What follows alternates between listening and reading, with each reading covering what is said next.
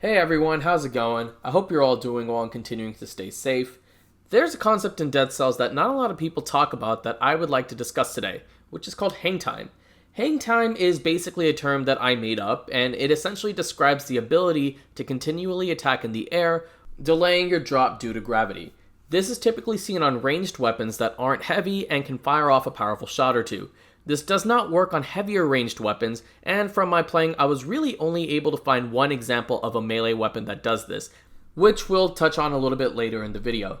And keep in mind that Hangtime is not jumping and attacking. It's attacking continuously while in the air, and that suspends your fall. Keep in mind the difference here. The idea is to use platforms and walls in an attempt to not only avoid enemy damage, but attack them in a manner in which they usually cannot attack back. Notable exceptions are flying enemies and projectile enemies, but most of the time this is going to work. Combo type of ranged weapons such as bow and endless quiver or multiple knocks bow really succeed in this environment, as you can typically get most if not all of your combo off. This causes key chip damage that'll later allow you to kill an enemy if it aggros, or on 0 to 3 BC will allow you to regroup and later knock them out. Weapons that you can hold down the button for, which are magic missiles, pyrotechnics, and quick bow, also do really well in this environment. Pyrotechnics can get off the entire combo off and sometimes even elevate you up in the air for some reason, and that usually results in an enemy death or two. This, and honestly the case for Hangtime in general, is extremely useful in clearing out mobs with either several enemies or a few powerful enemies. Magic missiles is great in that you can get several hits off, so if you have a carbine, you'll able to get a lot of damage off.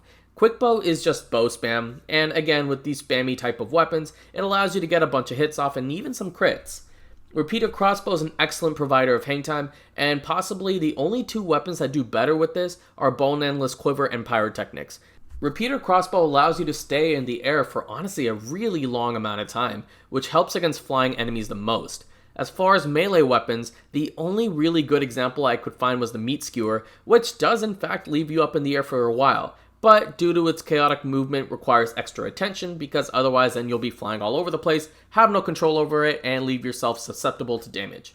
So there are two ways in which you can get hangtime, either jumping off platforms or using the wall rune. When you jump off platforms you have less time to get off attacks, but it's generally safer since you know what's up ahead and you know your targets. With the wall rune, you're essentially using the spider rune to climb up the wall to a certain point, which is dependent on the circumstances where the enemies are. You either then can turn around and fire off immediately, or do a small jump off the wall and start firing your weapon. This is riskier in that you don't necessarily know what's up ahead, and you could end up triggering an elite by accident. In terms of hangtime, the best weapons to use are ranged weapons with long-ranged capabilities, the exception being the electric whip due to its auto-target property.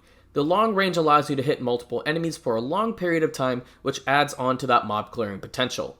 Now, if we're talking bosses, that's a little tougher to explain. See, this isn't really something that can be utilized much against bosses unless you're running an auto-target weapon that falls into this category. Basically, I'm referring to the magic missiles and electricity whip.